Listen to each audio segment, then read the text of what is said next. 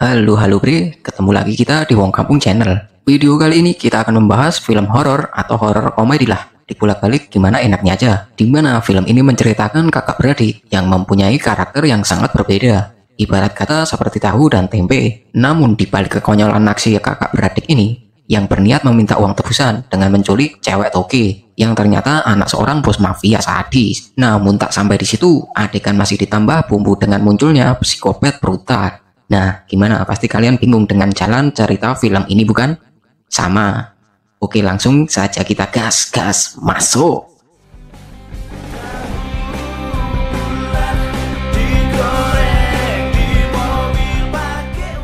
Film dibuka dengan diperlihatkannya kakak beradik yang bernama David dan Peter yang baru saja tiba di sebuah pondok yang terletak di daerah terpencil. Tak lama dari itu, David meminta Peter untuk membawa masuk barang yang masih di mobil. Lalu Peter sebagai adik yang baik hati pun nurut kepada David. Namun tiba-tiba saja David menyusul adiknya yang lugu itu. Lantaran David kesal karena dia selalu lupa memakai kupluk perang. Lantas Peter pun mengambil kupluknya di dalam mobil. Lalu dia memakainya dan kembali ke rumah. Sembari membawa minuman yang mereka beli di swalayan Al-Fatihah. Ya, pantas saja David menyuruh Peter untuk memakai topengnya. Ternyata di bagasi ada seorang wanita. Di malam yang dingin setelah Peter nyeruput kopi kapal tongkang, dia pun meminta bantuan David untuk membawa masuk wanita itu. Lantas mereka berdua pun segera membawa wanita itu masuk. Karena seseorang akan datang dan membawa uang tebusan. Jadi omon-omon ternyata mereka ini telah menculik wanita itu bre. Di sini mereka menculik wanita yang kebetulan toge itu atas rencana David. Sedangkan Peter hanya membantu kakaknya. Mereka pun membawa masuk wanita itu. Jadi David ini terlilit hutang dalam jumlah yang cukup besar. Karena menurutnya tidak ada cara lain. Jadi dia berinisiatif untuk menculik wanita itu. Yang kita sebut saja Trace. Namun sesampainya di dalam, mereka lupa membawa kunci kamar itu. Lalu David menyuruh Peter untuk memegangi Trace. Dan David akan mengambil kuncinya. Tapi saking lugunya, Peter malah penasaran dengan gandul di depannya.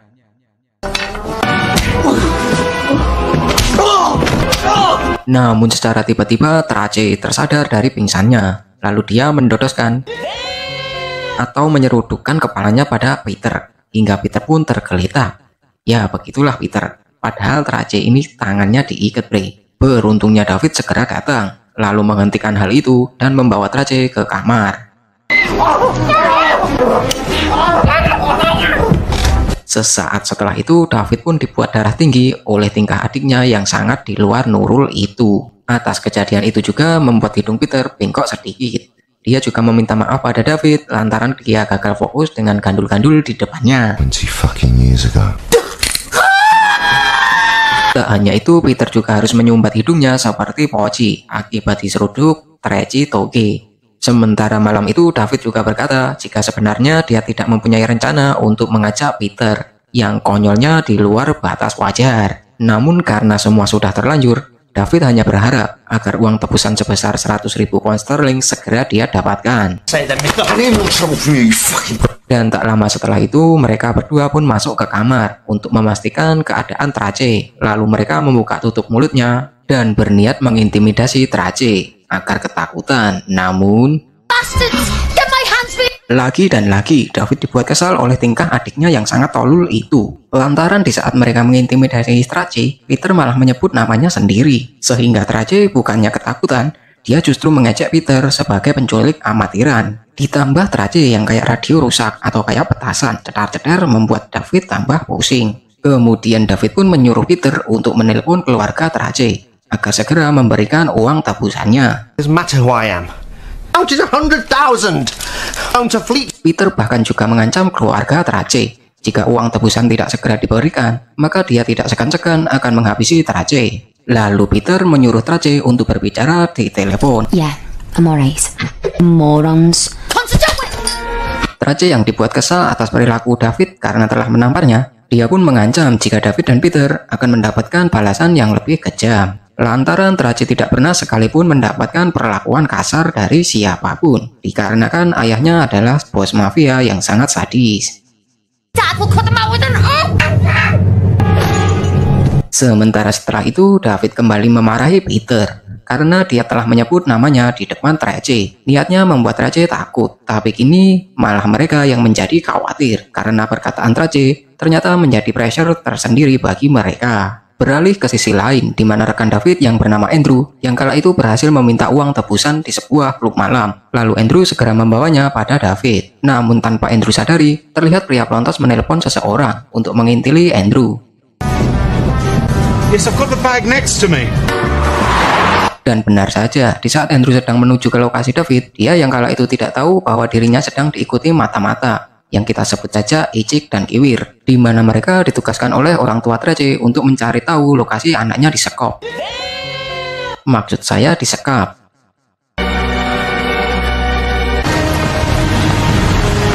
Sesampainya di lokasi David, Icik dan Kiwir pun melakukan pengintaian serta menunggu waktu yang tepat untuk bergerak serentak. Sementara di dalam pondok, David, Peter, dan Andrew terlihat sangat senang karena di depan mereka sudah ada satu tas uang. David juga berkata dengan uang itu mereka bisa melunasi hutangnya, bahkan bisa untuk biaya menikah 2 kali.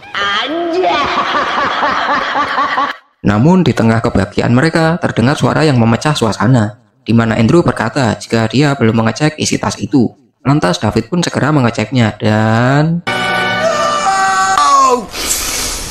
ya, ternyata isinya hanya tisu saja. Lantas David pun memasang wajah imutnya lantaran dia mempunyai rekan duo Tolul bin Kuntul yang tidak bisa diandalkan. Kini David sadar jika rencananya sudah gagal total alias hancur berantakan. Dia juga berkata mungkin posisinya sudah terlacak. Namun lagi-lagi di tengah posisi yang dipenuhi kepanikan, si Peter tiba-tiba saja ikut marah-marah. Peter berkata sebenarnya sejak awal dia tidak ingin terlibat dengan hal bodoh itu.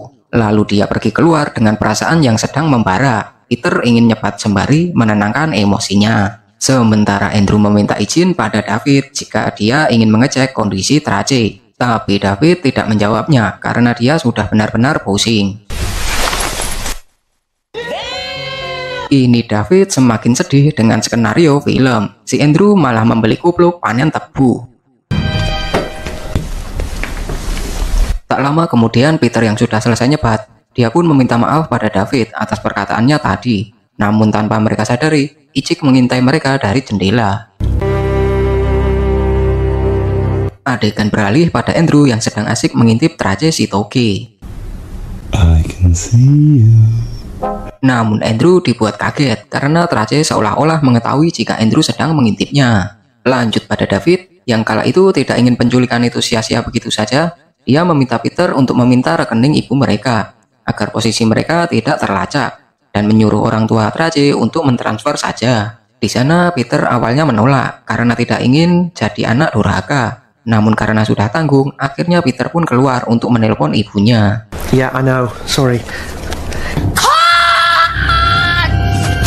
Karena teriakan Trace yang membuat kaget sekaligus panik, HP Peter tanpa sengaja nyemplung kolam. Kemudian David, Peter, dan Andrew pun buru-buru mengecek kondisi Trace. Namun somplaknya Peter lupa memakai kupluk. Sementara Andrew, ya tahu sendirilah kupluknya seperti apa. David yang sudah benar-benar kesel, dia pun marah sejadi-jadinya. Dia lalu menanyakan nomor rekening ibunya, kemudian hendak menelpon orang tua Trace. Tapi di sana Peter berkata kalau HP-nya mati, karena nyemplung di kolam saat mendengar teriakan Trace. David tidak menyerah begitu saja. Dia pun hendak meminjam HP Andrew, tapi sayang sekali HP Andrew juga power off. David yang muak karena selalu dipersulit skenario pun ngambek. Dia lalu pergi keluar hendak mencari wartel. Melihat itu pun Icik berkata pada Kiwir jika ini waktu yang tepat untuk bergerak. Namun mereka sadar bahwa masih ada tugas sebelumnya yang harus diselesaikan dulu. Kiwir pun menugaskan Icik untuk menuntaskan tugas itu. Lalu Icik membawa pergi pria itu untuk dihabisi. Kita sebut saja pria itu Anthony. Jadi omon-omon Icik dan Kiwir ini adalah mata-mata yang laris manis bre. Terlihat dari tugas yang sebelumnya belum selesai, ini mereka sudah dapat job baru lagi. Oke lanjut. Kiwir yang merasa Icik terlalu lama pun curiga kalau dia ketiduran. Dia pun hendak menyusulnya. Mowgli! Namun di sana Kiwir melihat pisau Icik yang menancap di pohon. Sedangkan tidak ada seorang pun di sana yang dia temui. Karena merasa ada yang tidak beres, Kiwir pun berniat mencari rekannya. Sementara adegan beralih pada David yang kala itu sudah balik dari wartel. Dia pun penasaran dengan yang terjadi di sana.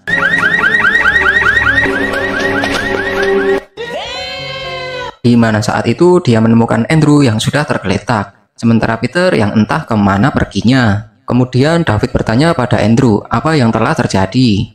Di sana Andrew pun menjelaskan bahwa saat David pergi, Trace terus-terusan memohon pada mereka untuk diberi izin ke toilet karena sudah tidak tahan.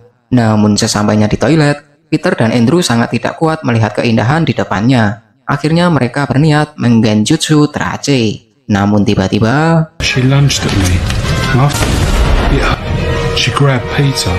David yang mendengar cerita Andrew, dia pun tidak tahu lagi harus dengan jurus apa untuk menghadapi ketululan rekan-rekannya itu.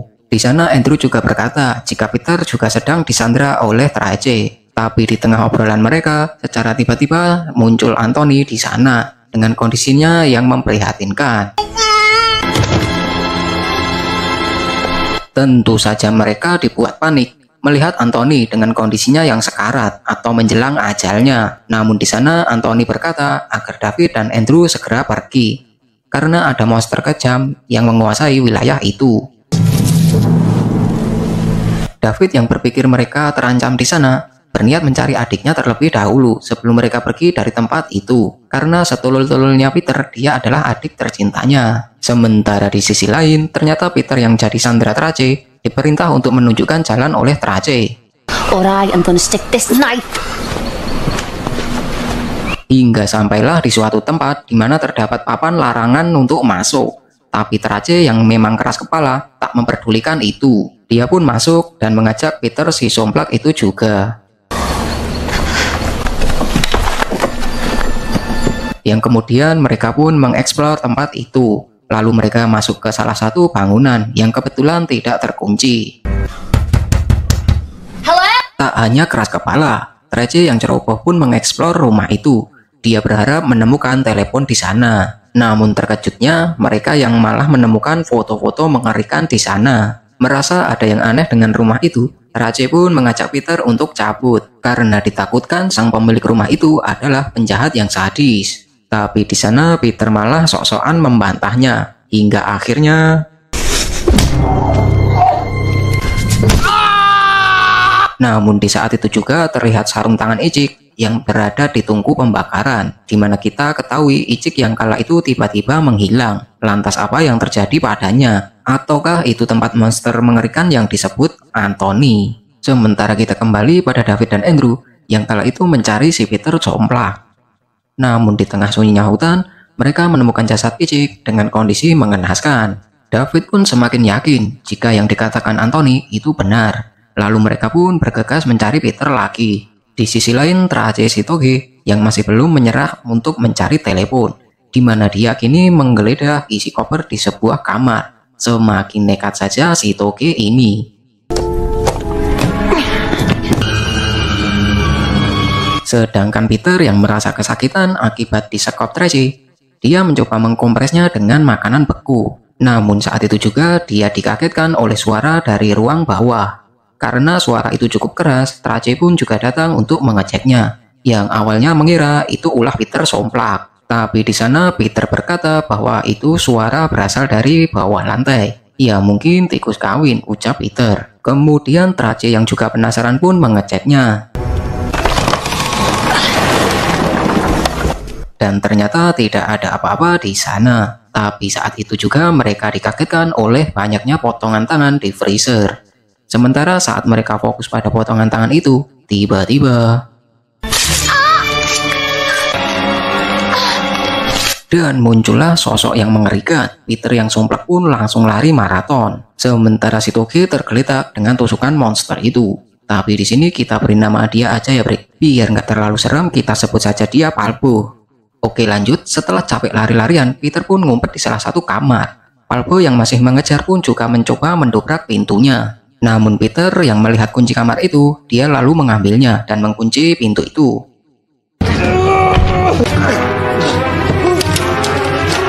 Tapi tak lama setelah itu, Palpo tiba-tiba berhenti mendobrak pintu itu. Lantas Peter yang penasaran mencoba mendekat ke pintu. Ternyata si Palpo ngeprank si Peter. Hingga Peter yang sudah gemeteran akhirnya melompat dari jendela untuk kabur. Peter yang boyoknya agak geser pun mencoba berlari. Tapi saat itu juga ternyata si Toge masih hidup.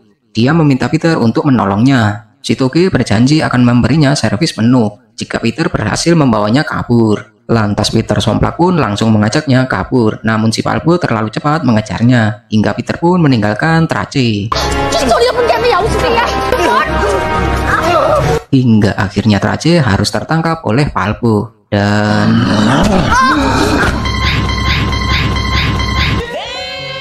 di saat Palpo akan menghabisi Trace, si Peter pun datang menjadi hero dan langsung memukul Palpo. Ternyata Peter teringat tawaran Trace mengenai servis penuhnya, jadi dia memberanikan diri untuk menyelamatkannya. Utut dulu dong. Kini Palpo pun tergeletak akibat pukulan Peter, tapi Trace Toge mengambil senjata Palpo lalu menyuruh Peter untuk menghabisinya. Namun kita ketahui jika Peter itu terlalu lamban dan banyak drama sejak awal film.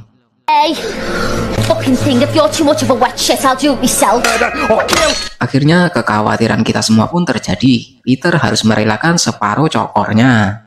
Sementara si Toge yang kesal dengan Peter Somplak, dia berteriak pada Palpo untuk menghabisinya saja. Namun si Palpo malah berbalik badan dan langsung mengencrotkan si Toge.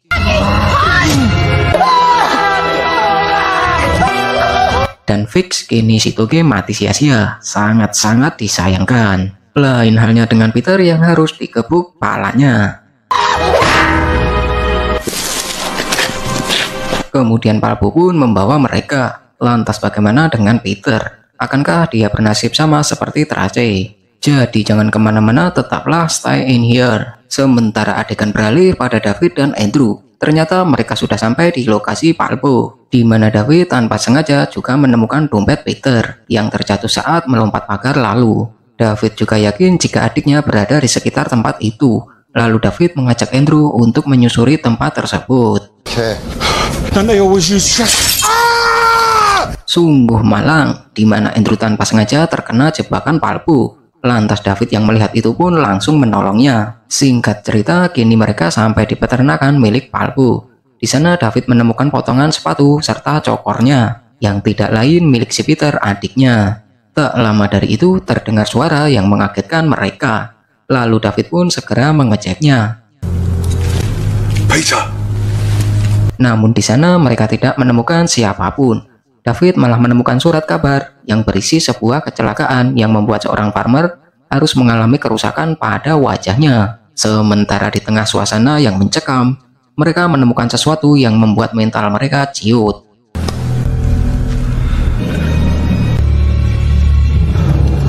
Ternyata mereka menemukan potongan pala Trace si Toge. Lantas Andrew yang sangat ketakutan pun mengajak David untuk pergi. Tapi David berkata dia tidak akan pergi tanpa menemukan adiknya.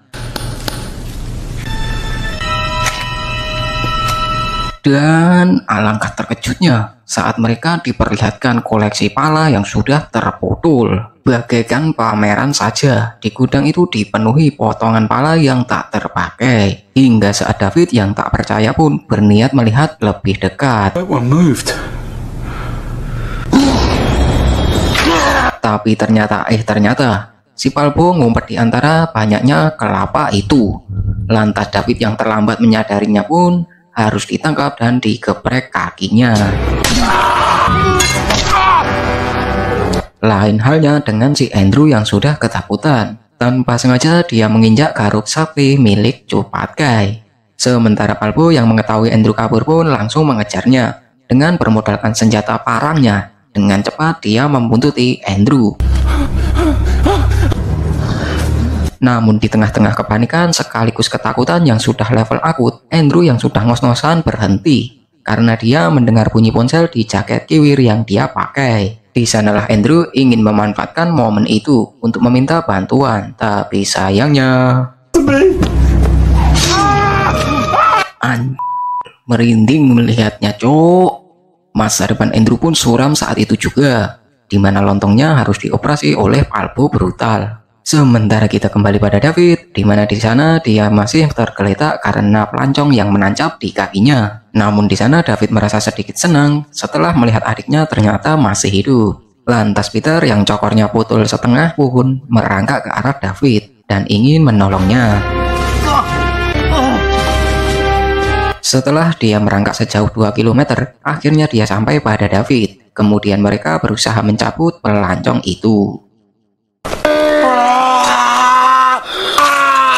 Setelah itu mereka berdua pun mengobrol, di mana mereka menyesali perbuatannya itu, karena mereka juga banyak orang yang tak bersalah menjadi korban. Sementara kita kembali pada Palpo, di mana dia benar-benar membedah Andrew. Kita tinggalkan soal Andrew, sementara di sisi lain David dan Peter yang berpikir masih ada kesempatan untuk kabur. Lantas mereka bangun dan kini mereka berada di dalam rumah Palpo. Sementara David akan menyusuri rumah mencari senjata untuk melawan Palpo. Peter yang menunggu kakaknya pun kembali dibuat penasaran oleh suara ruang bawah itu. Berbeda dengan David, alih-alih menemukan senjata, dia malah diperlihatkan oleh kulit-kulit wajah yang dipajang layaknya figura. Namun tak lama David melihat Palpo yang telah kembali. Sontak hal itu membuat dia panik dan hendak mengajak Peter untuk kabur. Tapi saat mereka akan kabur, kembali mereka dikagetkan oleh sesuatu yang dilemparkan si Palpo. Dan benar saja, tak butuh waktu lama, David yang kaget karena Palpo tiba-tiba berada di belakangnya. Karena sudah tidak ada cara lain lagi, akhirnya David pun memutuskan untuk melawan Palpo.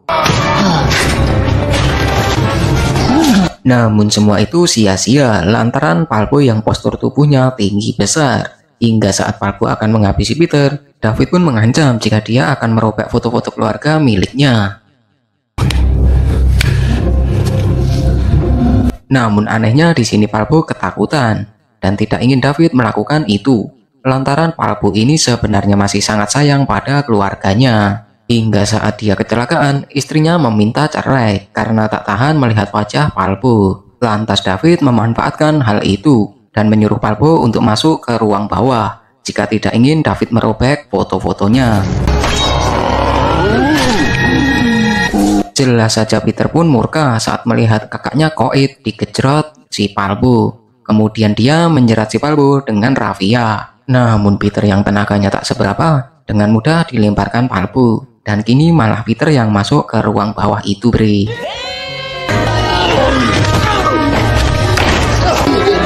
Namun tanpa diduga, tali yang masih nyangkut di leher Palpo berhasil membuat dia jatuh. Ternyata Peter berkelantungan menarik tali itu. Akhirnya, aksi nekat Peter somplak itu tak sia-sia. Kini Palpo telah modar oleh tali rafia saja. Namun sayangnya Palpo yang terjatuh di atas pintu itu membuat Peter tidak bisa keluar, bre. Hingga terpaksa membuat Peter untuk mencari jalan keluar lain.